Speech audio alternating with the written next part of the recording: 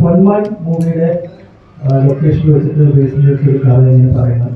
അപ്പോൾ ഇത് ആലോചിക്കുന്ന സമയത്ത് തന്നെ നമ്മളൊരു ക്യാമ്പസ് ഒരു ഓണം തിയേറ്ററിൽ ഒരു ഓണം ഉണ്ടാക്കണം എന്നുള്ള രീതിയിലുള്ള ഒരു കഥയാണ് ആലോചിച്ചത്.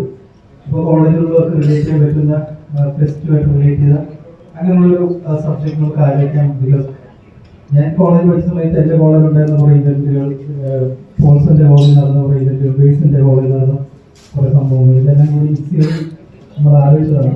അത് തിയേറ്ററിൽ പ്രോപ്പർ തിയേറ്ററിൽ ആഘോഷമാക്കണമെന്നുള്ള രീതിയിൽ തന്നെ ആലോചിച്ച് അത് നല്ല രീതിയിൽ പോകുന്നുണ്ടെന്ന് അറിയുന്നു.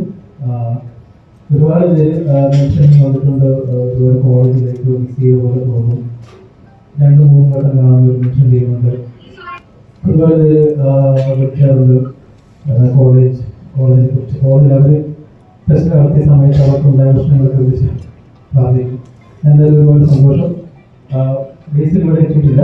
ശ്രീകുട്ടൻ വെള്ളയാണിയെ കുറിച്ച് ശ്രീകുട്ടൻ വെള്ളയാണിയെ കുറിച്ച് പറയുമ്പോൾ ഈ സിനിമയിൽ വടി എന്ന് പറയുന്ന കുട്ടൻ്റെ കൂടെയുള്ള അയാളുടെ വീട്ടിൻ്റെ അടുത്ത് ശരിക്കും ഒരു പാട്ട് പാടുന്ന എന്നാൽ കുറച്ച് അടി പിടിയൊക്കെ ആയിട്ട് നടക്കുന്ന ഒരാളാണ്.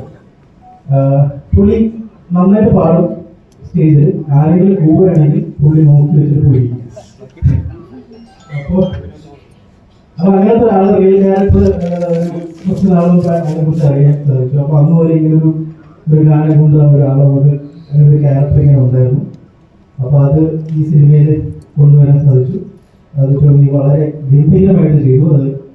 അതിൻ്റെ സ്ലാങ്ങും എല്ലാം അടിപൊളിയായിട്ട് നമ്മൾ വോയിസ് നോട്ടൊക്കെ അയച്ചു കൊടുത്തിട്ടുണ്ടായിരുന്നു. സ്ലാങ്ങും ഇല്ല, അതെല്ലാം കൃത്യമായിട്ട് ചെയ്ത് ഗംഭീരമായിട്ട് ചെയ്തു.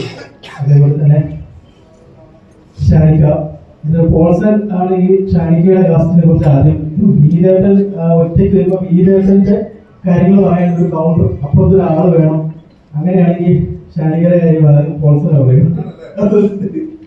ആ ടൈമിൽ തന്നെ നമ്മളോട് വെച്ച് ഒന്നും നോക്കണ്ട, അത് ഷാനിക അടിപൊളിയായിട്ട്. എനിക്ക് മൂവിയില് ഷൂട്ട് സമയത്ത് മഷറാണ് ആ ജുബയും കൊണ്ടുവരുന്നത്. അപ്പോൾ അത് കാണിച്ചപ്പോൾ ശ്രീമൂലം ക്ലബിൽ അവാർഡ് മേടിക്കാനുള്ള ഡ്രസ്സ് ഇതാണെന്ന് പറഞ്ഞപ്പോൾ തന്നെ ഇത് പൊക്കിക്കൊണ്ട് ഓടുക എന്നുള്ളൊരു അത് ത്രൂഔട്ട് പടത്തിൽ ആ ഓട്ടം നല്ല രസമായിരുന്നു.